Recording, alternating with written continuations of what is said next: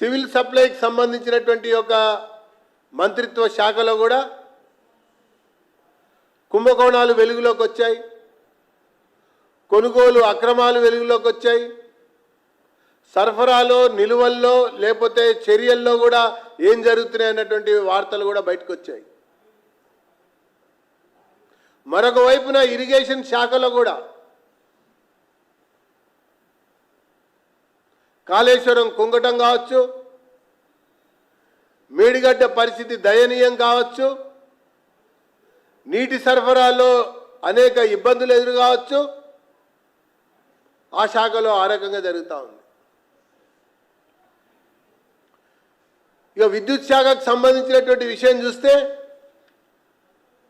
అసలు నిరంతర నిరాటంక విద్యుత్ సరఫరా అనేది వ్యవసాయానికి లేదు, పరిశ్రమలకి లేదు, మామూలు వినియోగదారులకు కూడా లేనటువంటి ఒక పరిస్థితి మనకు కనబడతా ఉంది. అసలు ముఖ్యమంత్రి సమీక్షలకే ఆ సంబంధిత మంత్రులే హాజరు కానటువంటి ఒక స్థితి ఏర్పడ్డది. ముఖ్యమంత్రి కేవలం నామ్కే వాస్తేగా ముఖ్యమంత్రిగా మిగిలాడు, ఈ ముఖ్యమంత్రి కామ్కే వాస్తగా అన్నట్టుగా ఎక్కడ కూడా దరిదాపుల్లో కాన్ రావటం లేదన్నటువంటి విషయాన్ని నేను తెలియజేస్తా ఉన్నా. అరే ఒక వారం రోజుల మట్టి ధాన్యం కొనుగోలుకు సంబంధించినటువంటి వ్యవహారంలో ఇంత రాద్ధాంతం, ఇంత ఆధారాలు, ఇన్ని రకాల ఆరోపణలు, ఇన్ని రకాల అంశాలు ఒక్కొక్కటి వెలుగులోకి వస్తూ ఉంటే ముఖ్యమంత్రి నోరు విప్పాడు, ముఖ్యమంత్రి మాట్లాడు, ముఖ్యమంత్రి నిర్వహించేటువంటి సమీక్షకి ఆ సంబంధిత మంత్రే ఇరిగేషన్ శాఖలో పాల్గొనలా, ఈ సివిల్ సప్లైస్ శాఖకి వచ్చేటట్టుగా కూడా కనబడతల్లా. కాబట్టి ఈరోజు క్యాబినెట్ ఎవరికి వారే యమునా తీరే అన్నట్టుగా కేవలం నామకే వాస్తేగా ఉన్నటువంటి ముఖ్యమంత్రి కాదు మేము జవాబుదారీ, అధిష్టానంకే మేము జిమ్మెదారి అన్నట్టుగా వ్యవహరిస్తున్నటువంటి మంత్రుల యొక్క వ్యవహారం వలన రాష్ట్రానికి, రాష్ట్ర ప్రజానికానికి తీవ్రమైనటువంటి నష్టం జరుగుతూ ఉందని చెప్పని భారతీయ జనతా పార్టీ అభిప్రాయపడతా ఉన్నది. మంత్రివర్గం యొక్క కూర్పులో ఈ ముఖ్యమంత్రి పాత్ర లేదు, మంత్రివర్గం యొక్క విస్తరణలో కూడా ఈ ముఖ్యమంత్రి పాత్ర ఉంటుందని ఎవరు అనుకోవటం లేదు. ఈ మార్పు కూర్పు చేర్పుల్లో ముఖ్యమంత్రి నామకే వాస్తేగా మిగిలాడు. ఈ రాష్ట్రాన్ని నడిపిస్తుంది కప్పం కొరకు, వసూళ్ల కొరకు, ఖజానాని దోచుకోవడం కొరకు ఢిల్లీ నడిపిస్తూ ఉంటే వీళ్ళందరూ కూడా పావులుగా వ్యవహరిస్తున్నారని చెప్పని నేను తెలియజేస్తా ఉన్నా.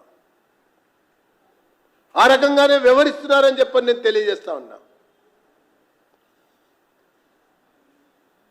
కాంట్రాక్టర్గా ఉన్నటువంటి వాళ్ళు రహదారుల యొక్క మంత్రిగా మారారు, రియల్ ఎస్టేట్ వ్యాపారస్తులు లేకుంటే కాంట్రాక్టర్లు రెవెన్యూ మంత్రిగా అవతారం ఎత్తారు. అనేక రకాలుగా సప్లయర్గా పేరు గడించినటువంటి వ్యక్తులు సివిల్ సప్లైస్ మినిస్టర్గా మిగిలాడు. Fleet owners, transport operators, transport మినిస్టర్గా మారారు. ఇది ఈ రాష్ట్ర ప్రభుత్వంలో నడుస్తున్నటువంటి మంత్రుల యొక్క చరిత్ర, మంత్రుల యొక్క వ్యవహారం. ధనిక రాష్ట్రం యొక్క ఆస్తులేమో తరుగుతున్నాయి, ధనిక రాష్ట్రం యొక్క ఆస్తులేమో తరుగుతున్నాయి, మంత్రుల యొక్క ఆస్తులేమో రోజు రోజుకి పెరుగుతున్నాయి. రాష్ట్ర అప్పులు పెరుగుతున్నాయి, మంత్రులు కప్పం కట్టేటువంటి వ్యవహారం పెరుగుతూ ఉంది. ఇది నడుస్తున్నటువంటి ఒక చరిత్ర.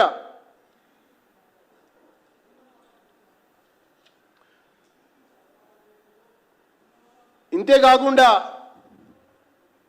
లాస్ట్ 5 years కూడా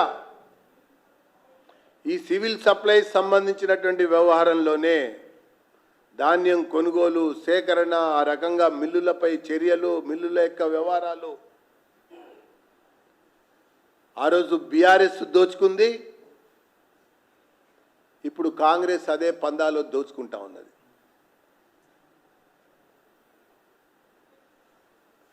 థింక్ టుగెదర్, లూట్ టుగెదర్ అన్నట్టుగా ఈ బీఆర్ఎస్ కాంగ్రెస్ లెక్క వ్యవహారాలు ఈ రాష్ట్రంలో నడుస్తున్నాయని చెప్పని నేను పేర్కొంటూ, ఖచ్చితంగా ముఖ్యమంత్రి గనక కామ్కే వాస్తే గనక ఉన్నట్టయితే, నిజంగానే ముఖ్యమంత్రి యొక్క క్యాబినెట్కి కలెక్టివ్ రెస్పాన్సిబిలిటీ అనేది ఉన్నట్టయితే ఖచ్చితంగా ఈ అంశాలపైన ఈ మధ్యకాలంలో వివిధ మంత్రిత్వ శాఖలకు సంబంధించినటువంటి అనేక అంశాలపైన వస్తున్నటువంటి వార్తలపైన ముఖ్యమంత్రి స్పందించాలి, ఉన్నత స్థాయి విచారణ జరిపించడానికి ముందుకు రావాలని చెప్పని భారతీయ జనతా పార్టీ డిమాండ్ చేస్తూ ఉన్నది. దాంతోపాటుగా తరచూ ముఖ్యమంత్రి ఢిల్లీకి వెళ్తూ ఉన్నాడు, ప్రత్యేక విమానంలో వెళ్తూ ఉన్నాడు. ఒక్కొక్క దఫా జరుగుతున్నటువంటి ఎన్నికల సమయంలో ఒక్కొక్కసారి ఒక్కొక్క విమానంలో వారు పయనిస్తూ ఉన్నారు. ఈరోజు మళ్ళీ వెళ్ళబోతున్నట్టుగా సమాచారం తెలిసింది. ఈ చివరి దశ ఎన్నికలకు సంబంధించి 1వ తారీఖు నాడు జరగబోతున్నటువంటి తరుణంలో ఈసారి ముఖ్యమంత్రి యొక్క విమానాన్ని ఎన్నికల కమిషన్ తనిఖీ చేయాలని చెప్పని భారతీయ జనతా పార్టీ డిమాండ్ చేస్తూ ఉన్నది.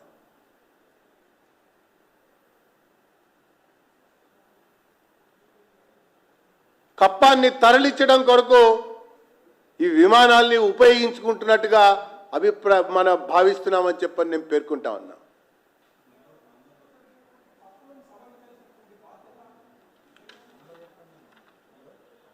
ఈ బీఆర్ఎస్ కాంగ్రెస్ సంబంధించినటువంటి వ్యవహారం చూస్తూ ఉంటే మొదటి నుంచి కూడా హైడ్ అండ్ సీక్ గేమ్ లాగా ఉంది, హిట్ అండ్ రన్ ఆటలాగా నడుస్తూ ఉన్నది.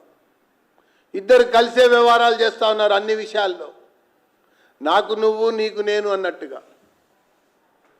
ముమ్మాటికి కూడా ఈరోజు ఇరిగేషన్ శాఖకు సంబంధించినటువంటి అవకతవకాలు ఉత్తమ్ కుమార్ రెడ్డి యొక్క మంత్రిత్వ శాఖలోనే జరుగుతూ ఉన్నాయి. అంటే అంతకుముందు జరిగింది, వీరు సమీక్షిస్తామంటున్నారు, విచారణ జరిపిస్తామంటున్నారు. ఇప్పుడు ఈ సివిల్ సప్లైస్ శాఖ కూడా వారి పరిధిలోనే ఉన్నటువంటి ఒక సందర్భం. ముఖ్యమంత్రి యొక్క సమీక్షకి రానటువంటి వ్యక్తి కూడా ఆ మంత్రి. కాబట్టి ఖచ్చితంగా ఈ సమిష్టి బాధ్యత, కలెక్టివ్ రెస్పాన్సిబిలిటీ అనేది ఈ మంత్రివర్గానికి ఉందా లేదా, ఉంటే ఎందుకు ఆ యొక్క సమీక్షల విషయంలో, ఆ వ్యవహారాల విషయంలో ముఖ్యమంత్రి నోరు మెదపటలేదు అన్నటువంటి విషయాన్ని నేను మరొకసారి మరి ప్రభుత్వాన్ని డిమాండ్ చేస్తున్నా.